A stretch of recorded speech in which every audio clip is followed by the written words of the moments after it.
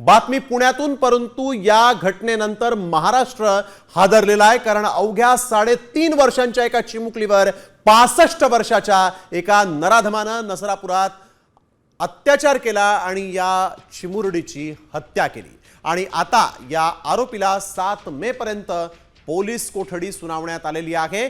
यावेळेस त्याला न्यायालयात हजर केलेलं असता नागरिकांनी त्याला आमच्या ताब्यात द्या असं म्हणत आरोपीची गाडी अडवण्याचा प्रयत्न केला होता। 65 वर्षांचा हा आरोपी ज्यानं 3.5 वर्षांच्या चिमुरडीवर अत्याचार करून तिची हत्या केली आहे। आणि आता या आरोपीला 7 मे पर्यंत पोलीस कोठडीत ठेवण्याचे आदेश न्यायालयाने दिलेले आहेत। पोलीस आता यापुढे त्याचा कसून तपास करणार आहेत। याआधी देखील या आरोपीची पार्श्वभूमी जी आहे ती अशाच पद्धतीची असल्याची माहिती समोर आलेली आहे। मराठा क्रांती मोर्चाच्या वतीने गाड्या अडवण्याचा प्रयत्न केलाय पोलिसांनी। फाशीची शिक्षा ही झालीच पाहिजे। सगळ्या ग्रामस्थांच्या समोर फाशीची शिक्षा झाली पाहिजे। आज जर ह्या माणसावरती 3 इथून मागे बलात्काराचे गुन्हे आहेत तरी त्याला मोकाट सोडलाय। का सोडलाय? अजून कोणीतरी त्याच्या पुढे भक्षक व्हावा म्हणून?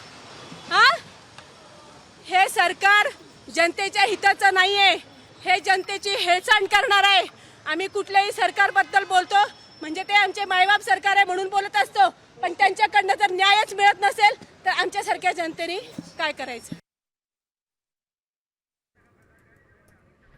तर नेमका हा सगळा धक्कादायक प्रकार आहे तरी काय, पाहूयात ग्राफिक्सच्या माध्यमातून। भोरमधील नरसापूरमध्ये 3.5 वर्षीय चिमुकली आजोळी राहायला आली होती। दुपारी मंदिर परिसरात खेळताना नराधमानं तिला जवळच्या गोठ्यात नेत निर्दयीपणे अत्याचार केला।